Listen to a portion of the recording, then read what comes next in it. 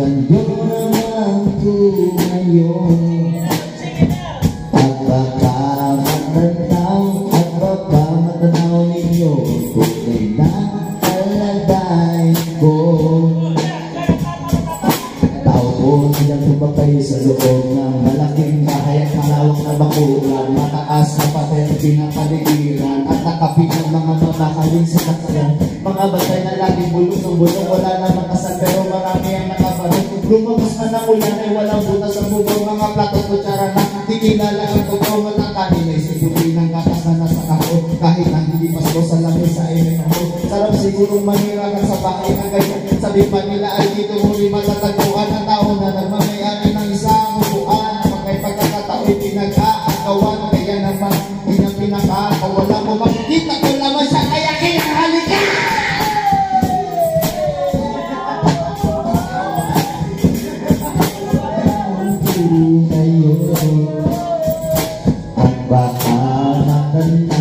At baka matanaw ninyo tunay na kalagayan ko.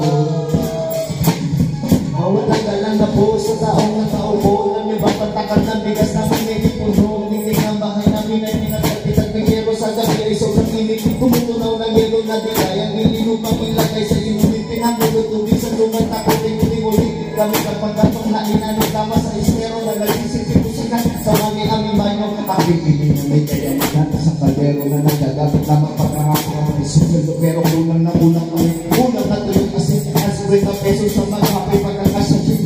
Di ko walang talaga maraming harap mga taas ng ang bako doon. Nagbubulan mo nagalaman po kayo dahil sa dami ng pera nyo.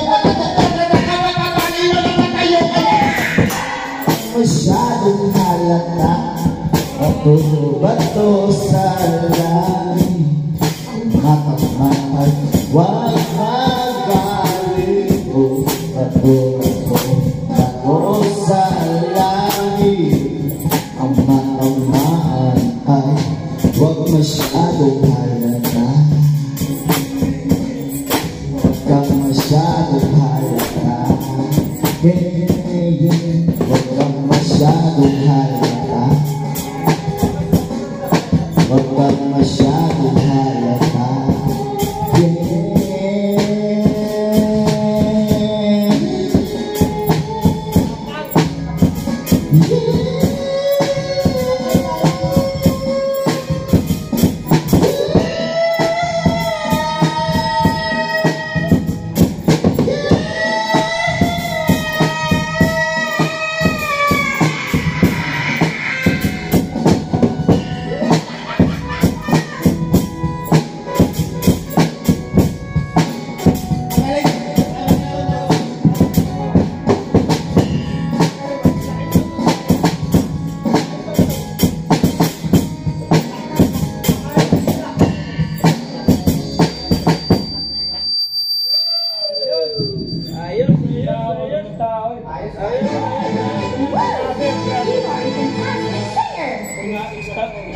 Kaluta mas, kaluta.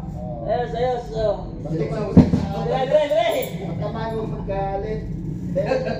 Yung kanya yung... Sir, di na kumakanta si Sir. Uy, wala nang kanta. Basta ba lang po? Okay na yun eh. Pagsakan.